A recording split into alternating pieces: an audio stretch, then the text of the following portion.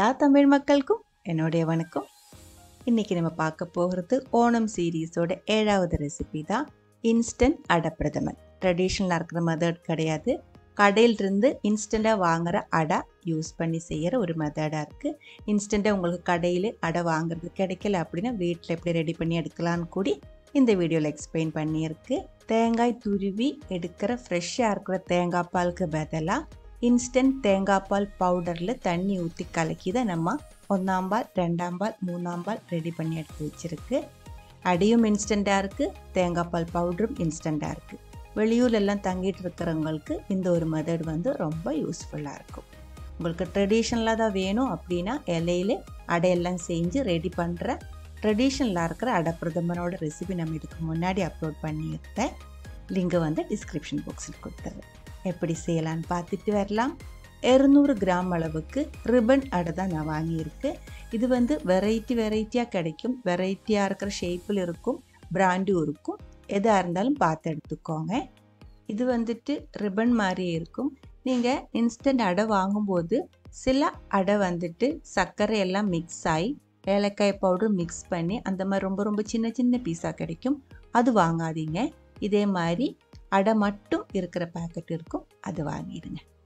நிறைய பிராண்ட்ஸ் அவைலபிளாக இருக்குது, எது வேணாலும் வாங்கிடலாம். இது பாருங்கள், நீளமாக இருக்கிறதெல்லாம் நம்ம இப்படியே போடக்கூடாது. சின்ன சின்ன பீஸாக கட் பண்ணி தான் எடுக்கிறேன்.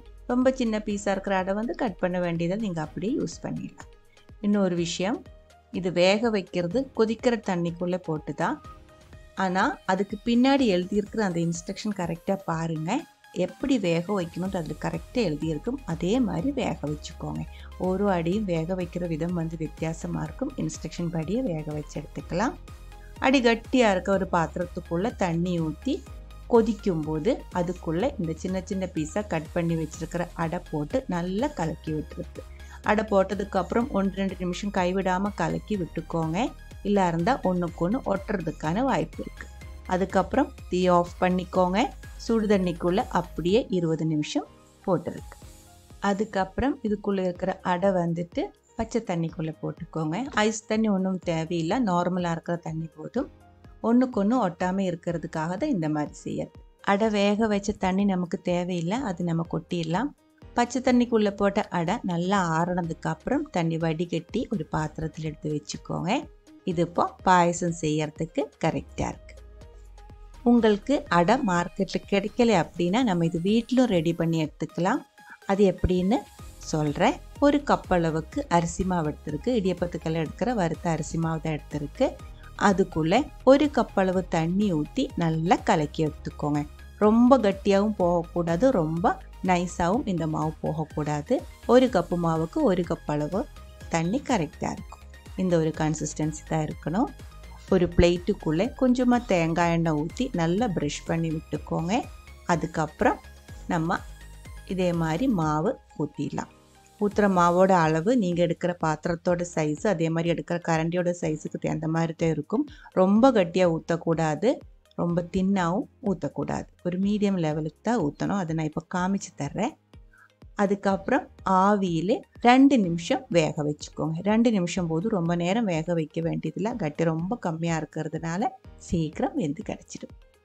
அதுக்கப்புறம் உடனே அதுக்கு மேலே 1/2 கப் அளவு தண்ணி ஊற்றிக்கோங்க. அடை நல்லா ஆறினதுக்கு அப்புறம் தான் இது கட் பண்ணி எடுக்கணும். மேலே உடனே தண்ணி ஊற்றலை அப்படின்னா காஞ்ச மாதிரி இருக்கும். காயாமல் இருக்கிறதுக்காக தான், ட்ரை ஆகாமல் இருக்கிறதுக்காக தான் தண்ணி ஊற்றி இதே மாதிரி நம்ம எடுக்கிறது. நல்லா ஆறினதுக்கப்புறம் நம்ம இதே மாதிரி அடை கட் பண்ணி எடுத்துக்கலாம். ஸ்கொயர் ஷேப்பிலே கட் பண்ணி எடுத்துருக்கு. உடனே பச்சை தண்ணிக்குள்ளே போட்டுக்கோங்க. இதே மாதிரி ரொம்ப ஈஸியாக நம்ம வீட்டிலும் அடை செஞ்சு எடுத்துக்கலாம். அடையோட திக்னஸ் வந்து இந்த மாதிரி தான் இருக்கணும். நம்ம எடுத்து வச்ச மாவில் இதே மாதிரி 4 பிளேட்டில் நம்ம அடை செஞ்சு எடுத்துருக்கு. கரெக்டாக 200 கிராம் அளவுக்கு இருக்குது. இந்த மாதிரி அடை செஞ்சு உங்களுக்கு ஃப்ரிட்ஜில் ஒரு வாரம் வரைக்கெல்லாம் ஸ்டோர் பண்ணி வச்சுக்கலாம். நம்ம இன்ஸ்டன்ட் அடையில் தான் இன்றைக்கி பாயசம் செய்கிறது. அதனால் இந்த அடை நமக்கு இப்போ தேவையில்லை. ஒரு டப்பாக்குள்ளே போட்டு நான் இது ஃப்ரிட்ஜில் எடுத்து வைக்கிறேன். கொஞ்ச நாள் கழித்து இன்னொரு டைம் அடை பிரதமன் செஞ்சு எடுக்கிறேன். ஃப்ரிட்ஜிலிருந்து எடுத்து செய்யும் போதும் குளிரெல்லாம் போனதுக்கு அப்புறம் தான் அடை பிரதமன் செய்யணும். அடுத்தது தேங்காய் பால் தான் ரெடி பண்ண போகிறது. இன்ஸ்டன்ட் தேங்காய் பால். அதுக்காக கோகனட் மில்க் பவுடர் எடுத்துருக்கு. தேங்காய் பால் பவுடர் நமக்கு மார்க்கெட்டில் வாங்குறது கிடைக்கும். கொஞ்சம் காஸ்ட்லியாக இருக்கும். முதல்ல நம்ம ரெடி பண்ணுறது அடை வேக வைக்கிறதுக்கான 3ஆம் பால் தான். அரை கப்பளவு தேங்காய் பாலுக்குள்ளே 4 கப்பளவு தண்ணி ஊற்றி தான் 3ஆம் பால் ரெடி பண்ணி எடுக்கிறது. 1 கப்பளவு தண்ணி முதல்ல ஊற்றி கட்டி இல்லாமல் கலக்கி எடுத்ததுக்கப்புறம் மிச்சம் 3 கப்பளவு தண்ணி கூடி ஊற்றி 3ஆம் பால் ரெடி பண்ணி எடுத்து வச்சுருக்கு. ரொம்ப கட்டி கம்மியாக இருக்கிற தின்னாக இருக்கிற பால் தான் 3ஆம் பால். அடுத்தது நம்ம ரெடி பண்ணுறது 2ஆம் பால். இந்த பால் வந்துட்டு நம்ம அடையோட கன்சிஸ்டன்சி, அடை பாயசோட கன்சிஸ்டன்சி இந்த ஒரு பால் தான் அட்ஜஸ்ட் பண்ணுறது. 1 கப்பளவுக்கு தேங்காய் பாலுக்குள்ளே 4 கப்பளவு தண்ணி ஊற்றி தான் கொஞ்சம் கட்டியாக இருக்கிற 2ஆம் பால் ரெடி பண்ணி எடுக்கிறது. முதல்ல 1 கப்பளவு தண்ணி ஊற்றி கட்டி இல்லாமல் கலக்கி எடுத்ததுக்கப்புறம் மிச்சம் 3 கப்பளவு தண்ணி ஊற்றி 2ஆம் பால் ரெடி பண்ணி எடுத்து வச்சுருக்கு. 3ஆம் பாலோட இன்னும் கொஞ்சம் கட்டியாக இருக்கிற பால் தான் 2ஆம் பால். லாஸ்ட்டாக வந்துட்டு தனிப்பால் இல்லை கட்டிப்பால் 1ஆம் பால் அப்படிலாம் சொல்கிற பால் தான் ரெடி பண்ணுறது. லாஸ்ட்டாக வந்துட்டு பாயசத்துக்கு திக்னஸ் கொடுக்கறதுக்கும் டேஸ்ட்டு கொடுக்கறதுக்காக தான் இந்த பால் நம்ம ரெடி பண்ணுறது. 3/4 கப் அளவுக்கு தேங்காய் பால் பவுடர், 3/4 கப் அளவுக்கு தண்ணி ஊற்றி நல்லா கலக்கி எடுத்து வச்சுருக்கு. 3 பாலுமே ரெடி பண்ணி எடுத்துருக்கு. இனி நம்ம பாயசம் செய்ய ஆரம்பிச்சுக்கலாம். அடி கட்டியாக இருக்க ஒரு பாத்திரம் எடுத்துக்கோங்க. நான் எடுத்துருக்கிறது உருளி தான். அதுக்குள்ளே 3ஆம் பால் நம்ம எடுத்துக்கலாம். அரை கப் அளவு தேங்காய் பால் பவுடருக்குள்ளே 4 கப் அளவு தண்ணி ஊற்றி முதல்ல ரெடி பண்ணி எடுத்துருக்கிற அந்த 3ஆம் பால் இருக்கு இல்லைங்களா, அது ஊற்றிக்கோங்க. நல்லா கொதிக்க விட்டுக்கோங்க. கொதிச்சதுக்கப்புறம் நம்ம ரெடி பண்ணி எடுத்து வச்சுருக்கிற இன்ஸ்டன்ட் அடை அதுக்குள்ளே போட்டுடலாம். இந்த தேங்காய் பாலுக்குள்ளே இந்த அடை வந்துட்டு நல்லா வேகணும். கரண்டி வச்சு கைவிடாமல் மிக்ஸ் பண்ணிக்கோங்க. முதல்ல கொஞ்சம் தீ அதிகமாக வச்சுக்கலாம். கொதித்து திக்காக வரும்போது தீ கம்மி பண்ணி வைக்கணும். அதங்க கொதிக்கட்டும். இனிப்புக்காக 1/2 கிலோ அளவுக்கு வெல்லம் எடுத்துருக்கு. 1/2 கப் அளவு தண்ணி ஊற்றி நல்லா கரைய வச்சு எடுத்து மாற்றி வச்சுருக்கு. 3ஆம் பாலுக்குள்ளே அடை வெந்ததுக்கு அப்புறம் உடனே நம்ம வெல்லத்தோட சிரப்பு ஊற்றணும். அதனால தான் வெல்லம் அங்கே ரெடி பண்ணி எடுத்து வச்சுருக்கிறது. அடை நல்லா கொதித்து இது நல்லா திக்காக வரணும். இதே மாதிரி இருக்கணும். கொஞ்ச நேரம் கொதித்து கட்டியாக இதே மாதிரி வந்துடும். அது வரைக்கும் கைவிடாமல் மிக்ஸ் பண்ணிகிட்டே இருக்கணும். கட்டியாக ஆரம்பிக்கும் போது தீ கம்மி பண்ணி வச்சுக்கோங்க. இல்லை இருந்தால் அடி பிடிக்கிறதுக்கான வாய்ப்பு இருக்குது. நல்லா கட்டியாக திக்காக வந்ததுக்கப்புறம் தீ கம்மி பண்ணி வச்சதுக்கப்புறம் வெல்லத்தோட சிரப்பு அரிச்சு ஊற்றிக்கோங்க. 1/2 கிலோ அளவுக்கு வெல்லம் நம்ம எடுத்துருக்கு. உங்களுக்கு இன்னும் இனிப்பு வேணால் 100 கிராம் எக்ஸ்ட்ரா கூடி எடுத்துக்கலாம். கூடவே 2 டேபிள் ஸ்பூன் அளவுக்கு நெய் சேர்த்துருக்கு.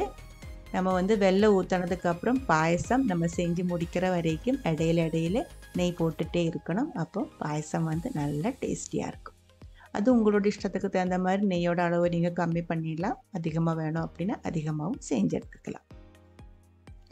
பாயசம் பாருங்கள், அந்த வெல்லம் சிரப்புக்குள்ளே நல்லா அப்சர்ப் ஆகி நல்லா டார்க் கலரில் வந்திருக்கு. தேங்காய் பால் அடை நல்லா வெந்திருக்கு. அதுக்கப்புறம் தான் நம்ம வெல்லத்தோட சிரப்பு ஊற்றிருக்கு. வெல்லம் அடையில் நல்லா அப்சர்பாக இருக்குது. இந்த டைமில் தீ கம்மி பண்ணி வச்சதுக்கப்புறம் 2ஆம் பால் ஊற்றிக்கோங்க. 2ஆம் பால்னு சொல்கிறது 1 கப் அளவு தேங்காய் பால் பவுடருக்குள்ளே 4 கப் அளவு தண்ணி ஊற்றி 2ஆவது செஞ்செடுத்த 2ஆம் பால். அந்த பால் ஊற்றி நல்லா கொதிக்க விட்டுக்கோங்க. தேவையான அளவுக்கு நீங்கள் இந்த டைமில் சேர்த்துக்கலாம். நல்லா கலக்கி விடணும். இப்போ பாயசத்தோட கன்சிஸ்டன்சி அட்ஜஸ்ட் பண்ணிடலாம். உங்களுக்கு எந்த அளவுக்கு திக்காக பாயசம் வேணுமோ அதுக்கு தகுந்த மாதிரி கொதிக்க விட்டுக்கலாம். அரிசியோட அடை சேர்த்துருக்கிறதுனால பாயசம் ஆறும்போது இன்னும் கொஞ்சம் கட்டியாக இருக்கும், திக்காகும். அது பார்த்துட்டு அதுக்கு தகுந்த மாதிரி கொதிக்க வச்சுக்கோங்க.